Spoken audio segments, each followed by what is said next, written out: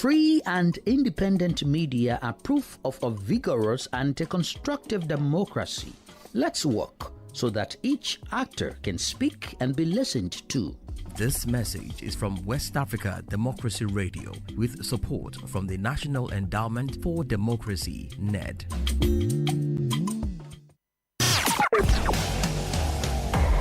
Attention, ladies and gentlemen. It's time to embrace a youthful mindset and envision your future. Take the lead is in your walls. Take the lead is in your walls. This platform serves as a space for engagement designed to equip young people to become effective leaders. They are actively contributing, creatively engaged, and determined in various fields. And now, this is Take the Lead.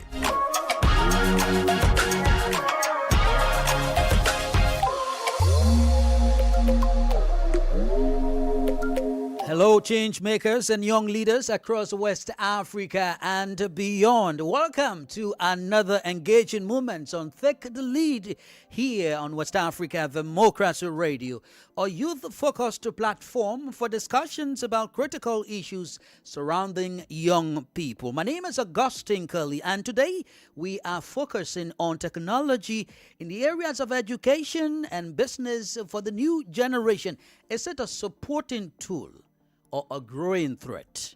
As a double-edged sword, we aim to understand how this trend is evolving into a techno-educational apparatus that demands deliberate, proactive management to ensure it remains of benefit, but also the increasingly complex risk it is bringing to the educational and professional development of the young generation. The first segment of our discussion will focus on its support or threat to education, while the next section looks at business or jobs. We are beaming live on 94.9 FM in Dakar, streaming worldwide on WADR.org, and you can also watch us on YouTube and Facebook at WADR English. Sharing the platform with us today are young professionals in the tech industry. We have Mati Tal, and Mati is a systems engineer. She's also the manager at Deloitte, specializing in energy transition, including renewable energy in sub-Saharan Africa. How are you doing, Mati? And welcome to the platform. Thank you, Augustine. I'm doing great. How are you today? Well, I'm feeling better. I would like to say welcome to this our studio, and it is always a privilege to have a professional like you on this youthful platform. So please feel free, just tell us a bit about how is it going with you in the new year. Pleasure is mine. I'm doing really great. I'm excited to be back at work, doing really exciting things in the energy and climate sector in Senegal, as you said. I'm passionate about everything related to using tech for good, so I'm excited to be here today. Interesting. We also have Mugonga Pacific, and Mugonga is a software engineering student at the National Institute of Information and Technology in Senegal. How are you doing, Mugonga? Welcome. Thank you very much, Mr. Augustine.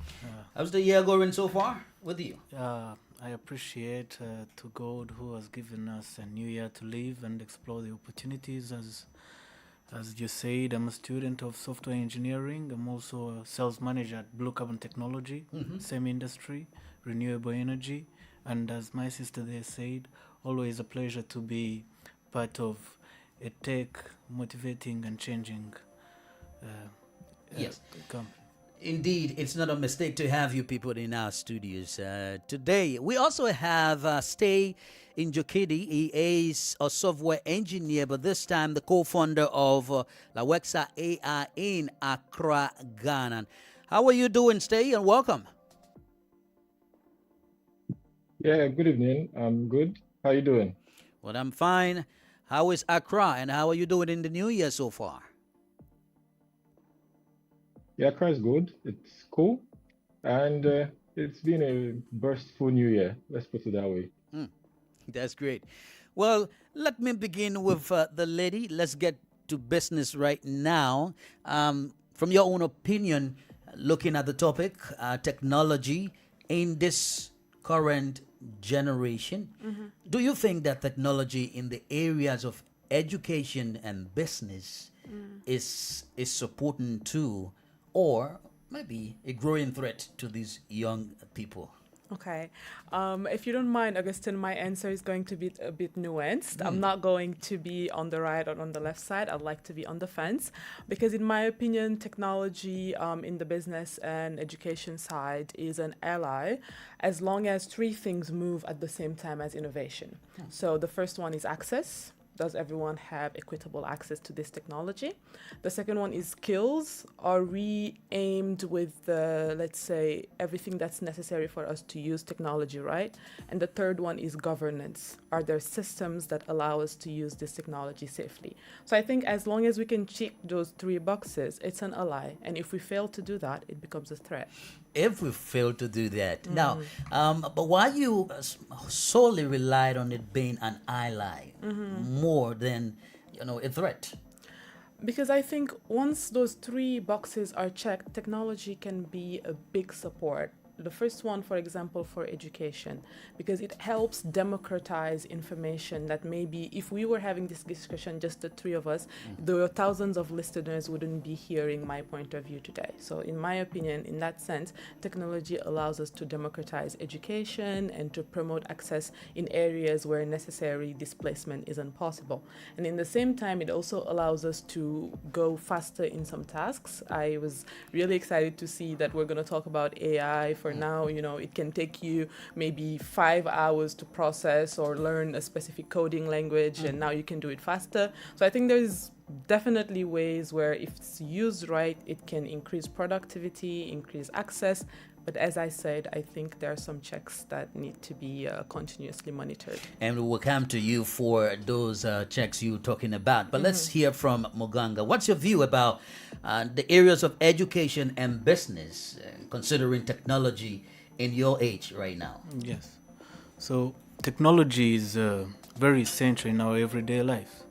So we need technology for when we talk about business. Let's talk about hospitals. Hospitals need AI to be analyzing and everything. We need businesses to be making payments. We need technology for the payments. We need technology for innovations, for accessing information, which is very important in our business daily to daily activities. So when we talk about technology, it's very essential. But as you said, also education, it's very important because I will need research. I'm a student, for example. I'll need to make research. I'll need online platforms to be showing. We have a lot of online platforms that have material necessary in my day-to-day education requirements. We have Udemy, for example. Udemy is a very recognizable platform that helps us to have those notes required for you to succeed in your education every day. So it's really needed. But considering the skill, for Mati, she believes wholly and solely that it is an ally holistically. Then maybe the threats are little minimal. But for you, what do you think? Would you consider the threats more higher than the supporting system of technology? Technology, let's say, it's two sides of the same coin. It has its benefits, but at the same time it has its threats, as you say. So trying to balance it can be kind of, but what I think, it has its own benefits, and if unregulated, if uncontrolled, then also the threats can overcome or overpower the benefits it's giving to you. So it really depends, as she said, on the governance. We are talking about regulations about that. We're talking about personal discipline of using that technology, because trust me, one way or another, it's going to affect you if you misuse it. So technology should be there to help us, not to control or replace us in a way. we will come to that. But just before passing on this particular question, let's also hear from Stay. What do you make of this topic, in fact? Yeah, for me, I think it's a bit of both. It's an ally it could also be a threat. But I'm more of a techno optimist, and I see more of the good side. And I think more of it being an ally, because nowadays the kids coming up, they are very, how do you say this? They are very techno aligned. They are very aligned with technology, the iPad babies and all that. So it helps with education, like they've mentioned. It helps with education. It helps them learn, right? And moving forward, it's good for the younger ones to start with technology. So when they get older, it becomes second nature to them. So I think more of an ally. More of an island. So, well, I think I don't want to say we are just leaning on the sins. I want to hear more, maybe about the threats. For you, Matty, you spoke about a few threats, but then being questioned as to the proper and improper use of it. What are some of the threats this could also impose on the young people or the usage of technology? Of course. I can think of three, but I think the biggest one is misinformation. Because as I said, tech allows information that is usually shared between 2 or 3 people to reach 1,000 or 1,000,000 people in some seconds. So the idea of having information that is unchecked, that can travel as fast as light, is very dangerous. We've seen it in American elections. We've seen it in our own elections. We've seen that information that is not checked can travel really far with tech. So I think information is one of the first threats. The second one is safety and security. The fact that today AI can literally produce a video of my face doing or saying things that I cannot control. In the past, video evidence used to be able to be entered into court as this person did this. In a couple of years, I think there will be some discussions about whether, okay, this video is AI or not. And I think the third major threat is that as Africans, we can be users of tech instead of builders. The fact that we will just import technology from other global trends instead of using it towards our local problems is also another big threat. So I'd say, those three: misinformation, security, and being users of tech instead of builders. Great. Now, it brings me to my next question about the constant access to information on technology. How does that affect our critical thinking from our human point of view that is natural and not reliable on maybe technology? But if we constantly have access to information on technology, how does it shape our thinking ability? One would want to say your critical thinking ability. Thank you very much. That's a very good point you brought up, because it will weaken us in one way or another. Because now, if someone a few years ago used to go to school, spend nights and studying every night, you read all the books, you have to go to the right libraries and use your mind and your creativity in it. But now you can sit somewhere, you just type anything and ChatGPT will generate, or other AI generated platforms where you get all the information you require without doing anything. So trust me, that will affect your critical thinking, your thinking capacity, your ability to look for solutions. So in one way or another, that affects you. But doesn't it boost your already natural skills or critical thinking ability? That depends on the personal discipline of someone, because there's some people who are just willing to move in an easy life. So now if the AI is simplifying your life better, then you'll appreciate it. But so for me now, for me, I'm a seeker. I'm a person who, whether AI or not, I'll be that person who will be looking for something, look for solutions and answers. As a software engineer, that's the most critical part. So as I said, technology shouldn't be replacing what you're thinking or your ability to think. Actually, it should be boosting, should be helping you to achieve what you're already thinking, not replacing your mind to think. You spoke of personal adaptation. I will consider that to be one, allowing this to take control of their thinking ability. Can something be responsible for that? At the first point, it's you who are responsible for that. because you're the one who gives it access to. But at the end, it can do that. It can overcome your thinking capacity, where you just there, and then I don't need to think. I don't need to spend a lot of time on things, because I know this AI will do it for me. To an extent where you find that someone now can be like a very simple task that you have to do, that you can even do in seconds or something, that but then you have to ask AI, how can I tie my shoelaces, how can I dress my bed, simple everyday life activities. So that's what is impacting on our daily activity. Well, perhaps Stay has an opposing view towards that, but let's hear from you, Stay. What do you make of our constant access to information on technology, and how does it really affect our critical thinking ability? Yeah, for critical thinking ability, like you said, it's more of a personal preference. Like using artificial intelligence, for example, you could use it to work, you could use it to study, you could use it to do both actually. So it depends on how you use it. It depends on the application. So for example, you could have an assignment from school, and you could tell the AI to do all of the work, you copy, you paste, you're good to go. You could also tell the AI to, break it down to you with Socratic reasoning, try to help you ask questions so you can find out more questions to ask to learn better. You learn better when you ask more questions. So you could use AI to train yourself on how to ask questions. So you could ask more questions, be more inquisitive. You could do that, but you could also be lazy and just, give it to do all the work, copy and paste, and you're good to go. So it's all about personal preferences. But given your experience as a software engineer, what have you observed in terms of people having constant access to technology, and how is it shaping their thinking ability from your own observation?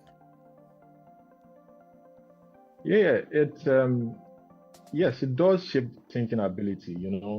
Again, I would say for intellectual and reasoning abilities, it's more of a personal preference. But my main concern with technology and it being easily available to everyone, is more of the social and the cultural impact. So I don't think there's enough research done on the cultural impact and the social impact of technology on people. For example, screen time, social media, and all that. So I think these are the issues. I think there should be more research done on the social repercussions of easily available technology. I think technology moves faster than law and order. It moves faster than family could, keep track. Because, for example, back in the days, dinner time, everyone's on the table. You can have actual conversations with your family members. But now it's everyone on their smartphones, and it has kind of shaped culture. So I think we need to know more about these social changes. Yeah. Indeed, we need to continue discussing these issues. But what about you, Marty? I know sometimes you do your research as an engineer, but do you sometimes rely on technology or the access to it for critical thinking in addressing your business-oriented initiative? Yes, I do use technology a lot, but I wouldn't say critical thinking. If we take the example of AI, AI was trained on data produced by humans. I think we're collectively smarter than AI. AI just allows maybe to process information that it was trained on faster and to derive some solutions. But in my opinion, when I use technology personally as my work, I use it knowing that I am smarter than it. And I say that very humbly. What I mean is that I don't use it to produce critical thinking. Like, for example, if I have to design like an energy strategy for like Senegal, and it has to have 4 pillars, I'm not going to ask ChatGPT what the 4 pillars are.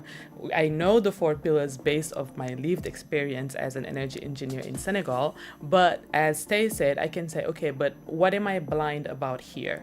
or what was done in Spain and didn't work. So, I use it to complement my, critical thinking and to do some things faster. For example, formatting, right? Like if I have to produce a large set of data and I've already checked it, but it needs maybe to take an hour to get it to look good, right? Then I can use technology. But then again, I come back and double check because I think I'm, smarter in a very humble way, in a way that I have critical thinking. I'm asking, yes, no, maybe questions. So to me, that's sort of what I personally do. And I think it helps a lot. You spoke of fast checking earlier, and this question is coming in connection to that because looking at the patients that once you perhaps give his or her work in terms of reviewing them, some may not have the time. You've produced a report and maybe you just chunk it into AI and say, edit or review that. Does this in any way a form of boost from technology or it questions our own independence or the patience we have to give time and review our work without the assistance from technology? Of course, yeah. I think in that sense, technology has completely messed with our sense of time and patience. Because even we mentioned social media, your ability to scroll a lot messes up with your dopamine. So you're used to watching 15, 20-second videos. So everything longer than that feels like hell. But I think we have to keep practicing, taking the time to meet people and talk to them, taking the time to check your work. Because your work has your name on it. No matter how, busy or in a rush I'm never letting a report come out on like the name Matty or Deloitte without double checking it. That's a mistake. Don't do that. Indeed. But then remember, we are still on education. I'm concerned about whether you believe technology in these areas, especially education we're talking about, is making young people to be more innovative or they are more dependent. For you, Mogonga. As I said, it's always two sides of the same coin, So we have the good news and the bad news. So me, I will be optimistic about it and I'll be like, yes, technology in the education sector. I would say if it was a debate, I'll be on the proposing side because technology really facilitates. It gives you access to information. It gives you online platforms that can be helping you to acquire skills and help you in your education. It gives access to information and data to the even teachers who are teaching you in what you're studying. But also, when you talk about dependency, I will go to the same point I said. It will all depend on you. How do you use it? So that's why, for me, I should be thinking of if there was maybe a regulatory body or some way of regulating the use and maybe for education sector, schools, and I think it's there when you check for people who are doing interviews, people who are doing exams online. They try to, maybe you're doing it online, they try to tell you share my screen so that he can be sure you're not using AI in what you're doing. But still, as I told you, technology is you find other ways to overcome that too. You're still using it and the person who is interviewing you, you're doing the exam, is not aware of what you're doing, but you're actually depending on the AI.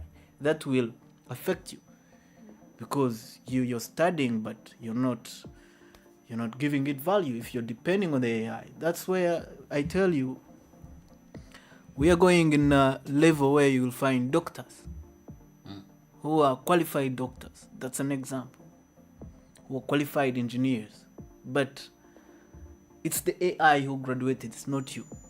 You get the point. All you did was copy and paste. You get all the data, you give it to the teacher, and the teacher will just be like, oh, this person is amazing.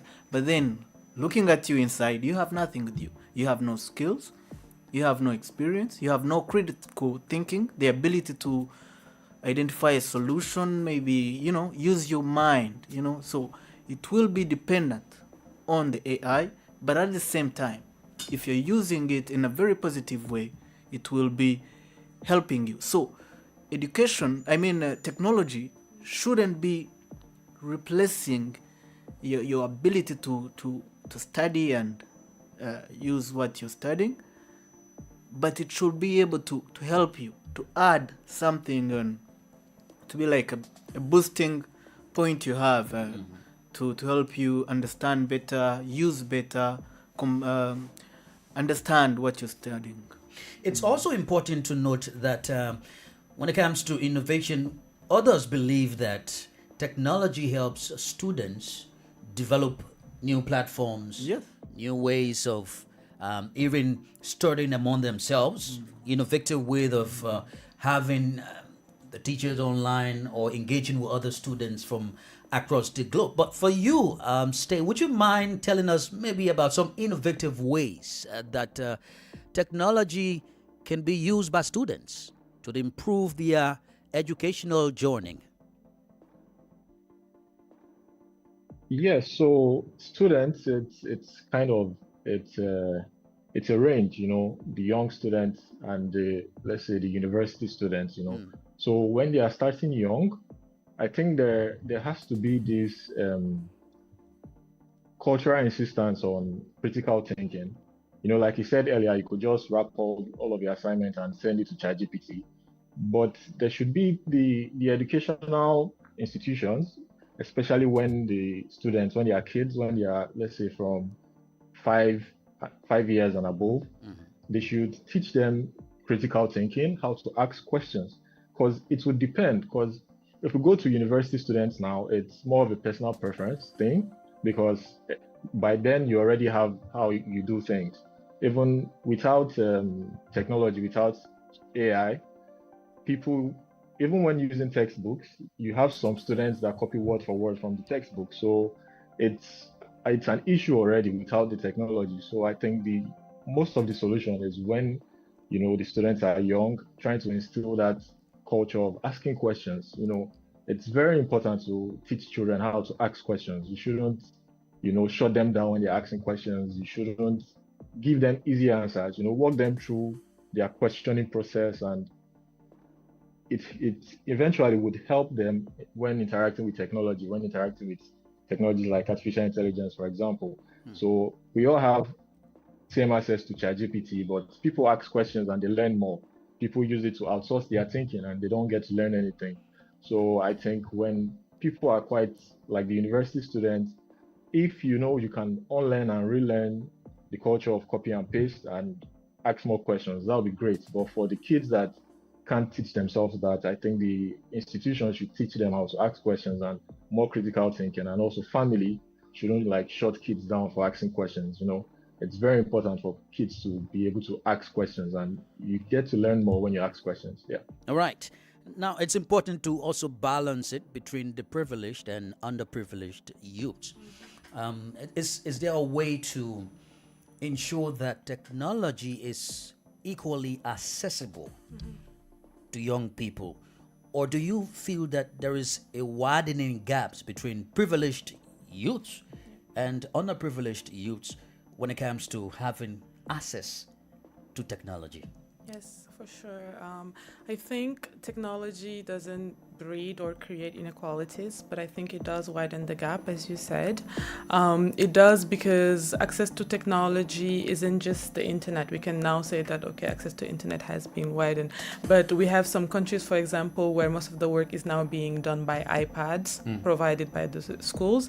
And we have some schools in our areas where, technology is even far. There's no access to electricity. A country like Niger, the access rate is less than 5%. So those people today won't have the same level of access. So apart from the infrastructure access, I think there is a bigger access gap, which is the skill access today.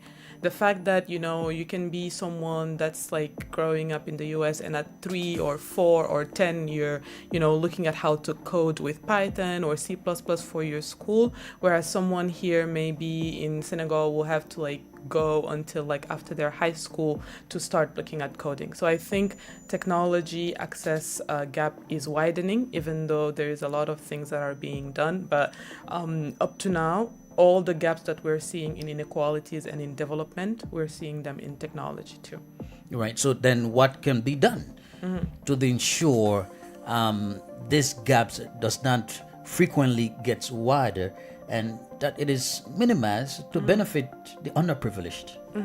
For me, the biggest one is skills, because infrastructure is not something that we're going to solve on this radio emission because it requires lots of policy and investment.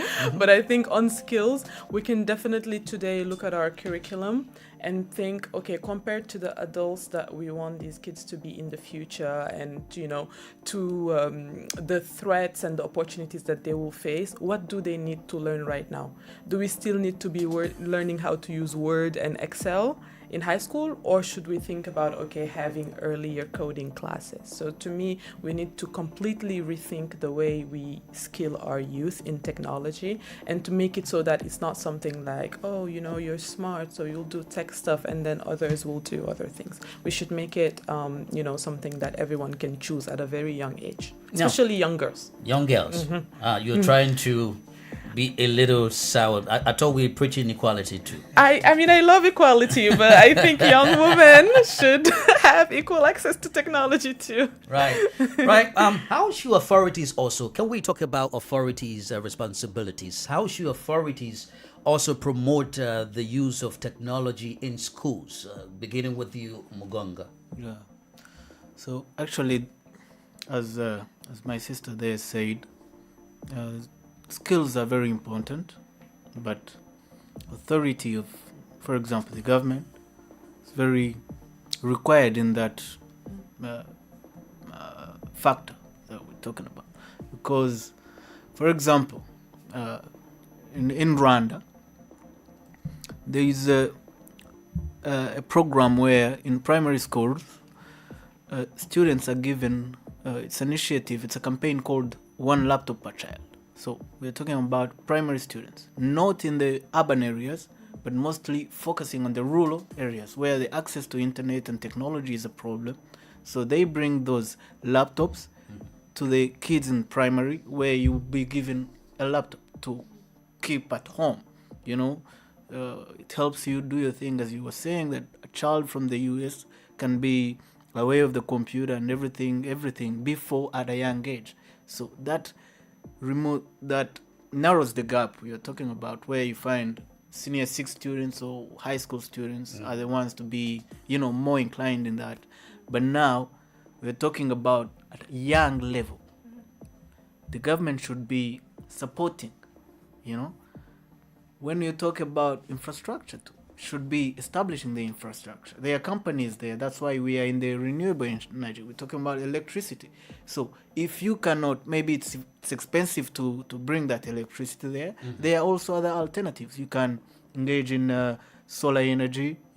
Solar energy can be an alternative to replace the electricity generated, and it's much, at least, cheaper for their government to put in place those infrastructure required for the students, for the young generation, for the youth, to access the technology required to boost their innovative, critical thinking, research, open up their minds to be able to create and, and we reach at a level where we stop importing technology. We be on a level where we can export technology to, What a nice one. Well, it's been interesting so far listening to our guests on this edition of Take the Lead in the year 2026. Well, before transitioning into our next segment, the use of technology is also critical in terms of its impact on the youthful generation. And in this context, WADR's Usma Uma features the insights of some young people in Nigeria talking about the effects of technology on their daily lives.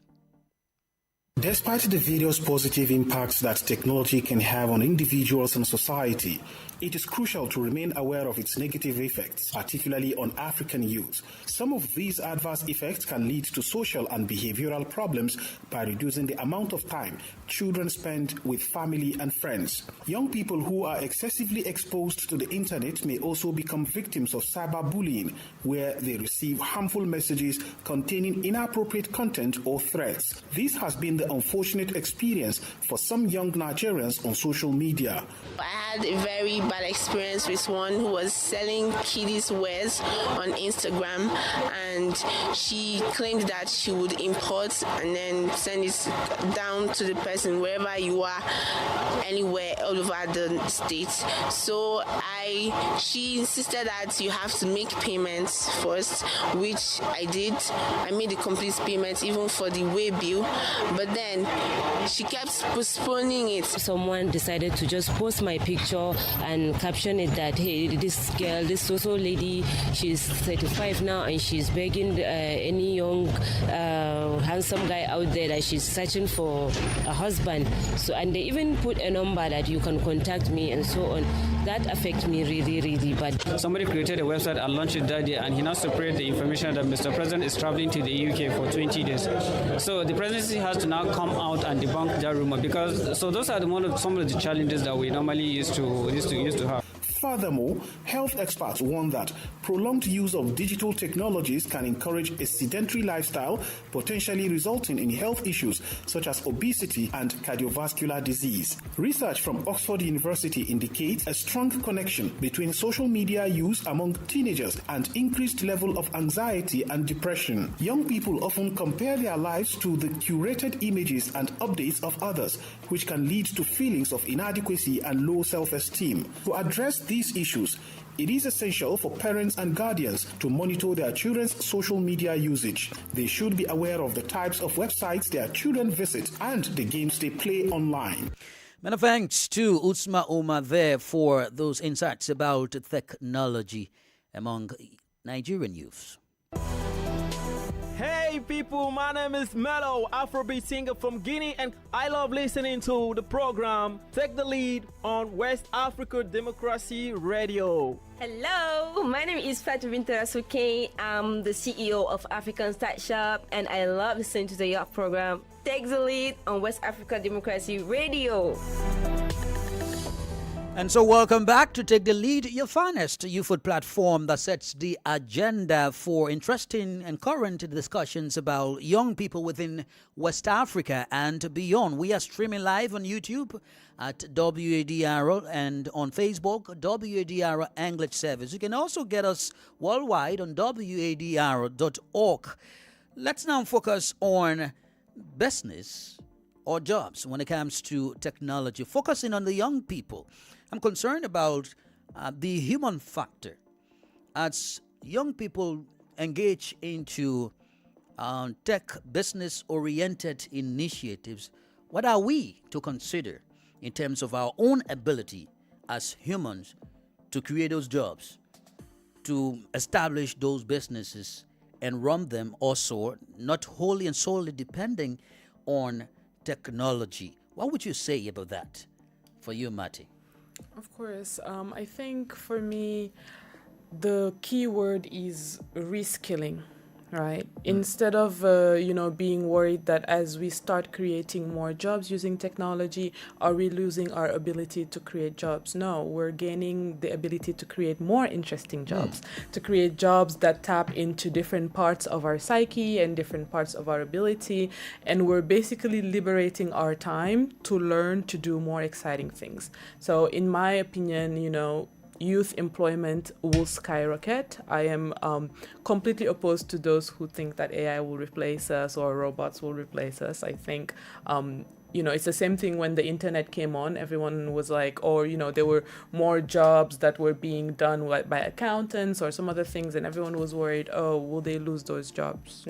Couldn't it be a growing moment that those moments could come in the near future?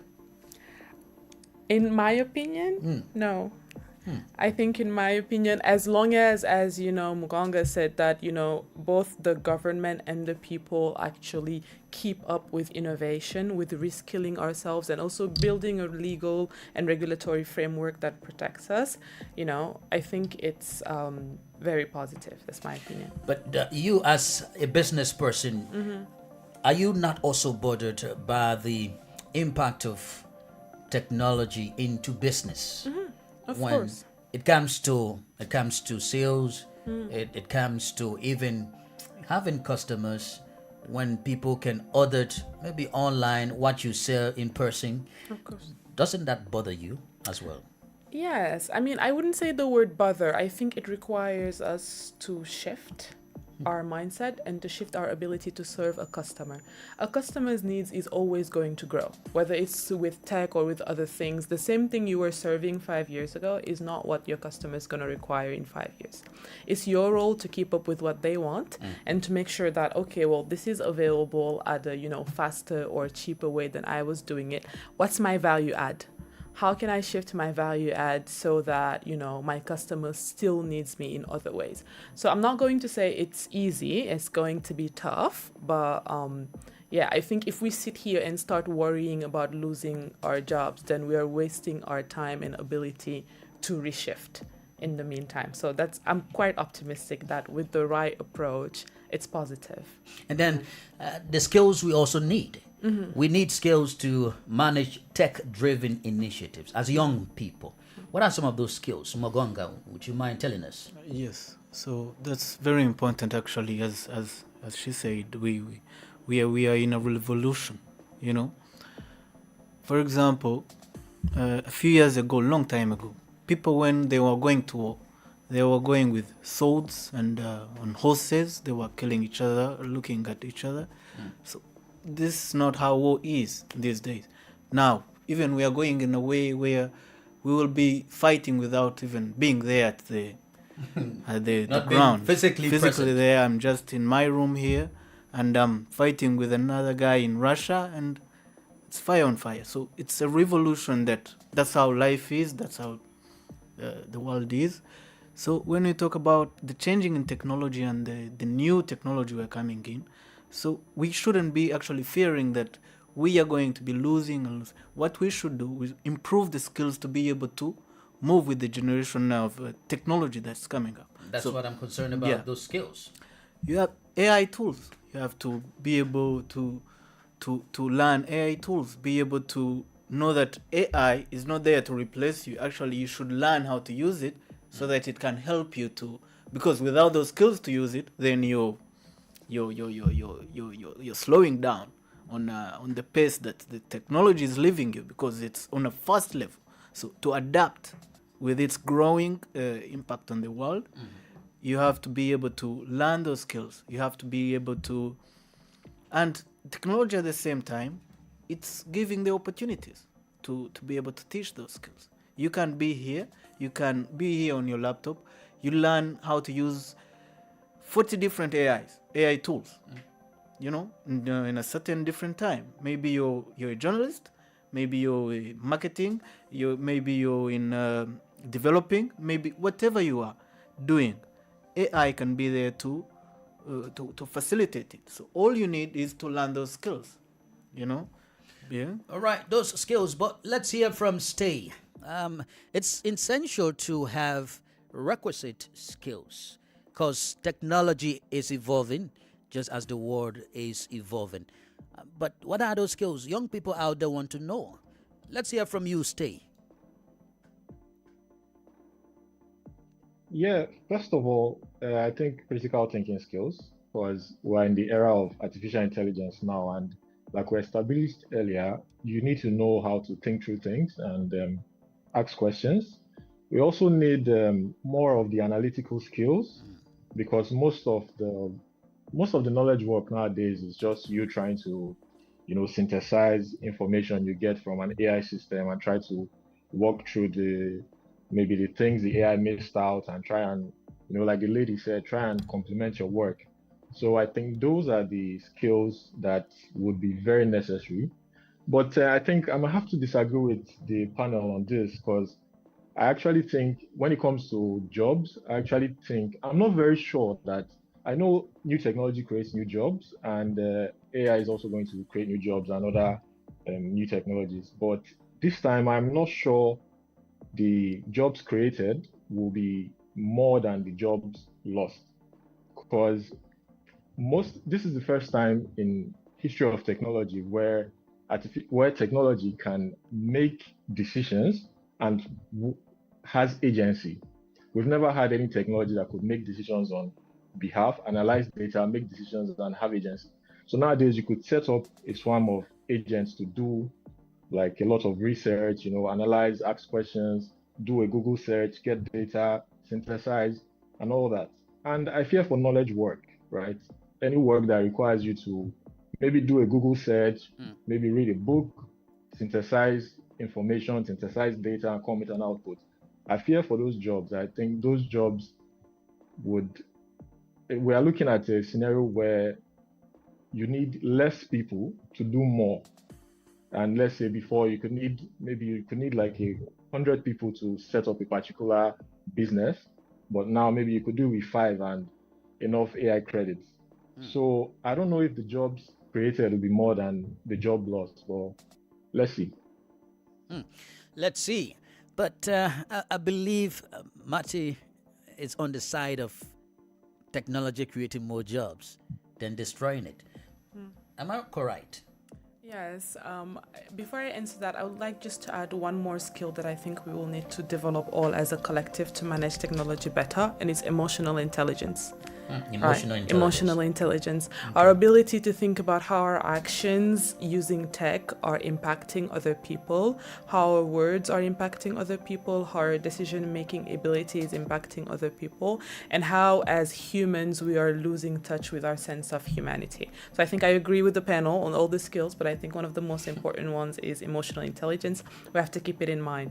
Now, I will still defend my position that AI will not necessarily steal jobs. I think it will transform it.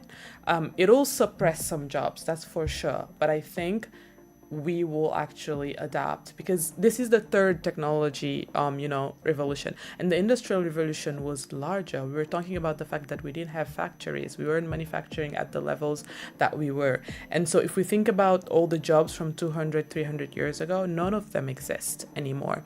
So will jobs be, deleted? I agree. We now have agents. We have the ability to make decisions that still need to be checked. Will things change? Will the type of jobs change? I agree. But I think if we count it as a tally, I don't think we're going to have less jobs. We will have different jobs. All right. Now, let's wind down with this question, beginning with you, Monganka. How can young engineers like you ensure technology remains human-centered? Yes. To ensure that technology remains human-centered, as you asked, first of all, we are the creators of this technology. It's not the technology that's controlling us. So in one way or another, we should think ethically as a programmer, as a developer, what you're doing. So there's something we started from. This technology we're talking about is not created from space. It's created by humans, by us as engineers. So we are the ones to govern it, how it works in each way. But at the same time, we people are very, different-minded. We have different type of intentions. That's why it's required to be regulated ethically, professionally, considering the ability and the transformation of this technology and the effect it's going to have on the human people at large. Great. Now let's hear from you. Just before we take leave of you, Stay. What's your response and your parting comments? Yes. So, in summation, I think AI, artificial intelligence, and other new technologies, I think they are mostly for good. Like I said earlier, I like to be an optimist for technology. And like he said, I think we should focus on how to regulate, how to get the best out of the technology, because at the end of the day, humans use technology. So I think we should regulate. I think we should rethink how education works. Because, for example, you now have students with access to AI, and I don't think lecturers should, forbid it. I think they should be creative with how they tell students to use AI, so it can help with the next generation and how they work. Okay. And for jobs, I think for this, I don't really know. I'm not very sure, but I think the job issue, I think it's something that should be looked at because I'm not sure there'll be more jobs created, especially with knowledge work, because we're also in the era of dark factories where there's zero human in the factory and it's churning out products every day. Okay. So you see things like this and you really have to take your time and think about it. Yes. So I think in general, most parts of it, we should embrace new technology. We should try and regulate them. We should try and see how to apply them better in education and how to, rebuild our cultural concepts on how we do things as people to suit our human preferences for technology. Great. That's it for me. Great. Thank you, Steve, for being with us today. We will keep the torch burning with you. We hope to have you on the show another time. Thanks so kindly. Okay, now let's... Thank you. Yes, you're welcome. Let's hear from you, Marty. Before you take leave of us, what are you to say as a young engineer, ensuring that technology is human-centered? I think it's important to note that tech without the skills that are required is just noise. But with the right purpose, it's power in the hand of youth. I really do think that what's important for us as youth is that we start acting as creators instead of consumers. We've said that we act with ethical responsibility and also long-term thinking. Like when you produce or create or post something, think about your digital footprint. And more than anything, let's be what I like to create, local problem solvers. Instead of wanting to import solutions that worked in other countries, let's think about on the day-to-day, what are Senegalese, what are West African youth, actually facing as problems, and how can we ethically design technical solutions to solve them. Thank you, Marty, for coming today. I know this will not be the first time. We hope to have you back, especially when it comes to renewable energy. There are a lot to discuss on our plans. So thank you for coming today. Of course, thank you for having me. And also to you, Mugonka. It's always a time and a pleasing pleasure having you with us. Yeah, thank you very much. All right. Well, listeners and viewers, this is where we shut the doors on this edition of Take the Lead here on West Africa Democracy Radio, broadcasting all the way from Dakar, Senegal on 94.9 FM and online at WADR.org. Thank you for being with us. Please join us next Friday for another live episode of this wonderful youth platform. Remember to take the lead in shaping the discourse for the betterment of young people in Africa. My name is Augustine Cully. Have a great day. We thank you for listening to this program in Nigeria on Darling FM 107.3 Owerri, Southeast. We thank our listeners in Liberia on Alternative Youth Radio 98.9 FM, Nufa County, Kwakete Radio 100.9 FM, Bargan, DCN Radio 91.3 FM, Riversess. In Sierra Leone, we thank our listeners on African Young Voices, Freetown, Radio Bath 91.3 FM, Eastern Community Radio FM 101.9 Kenema. In Ghana, Radio Pod, Savannah Region, Reals FM 104.7 Wenchi. In the Gambia, on Numi FM 94.0 North Bank Region, Radio Veritas 102.9 FM.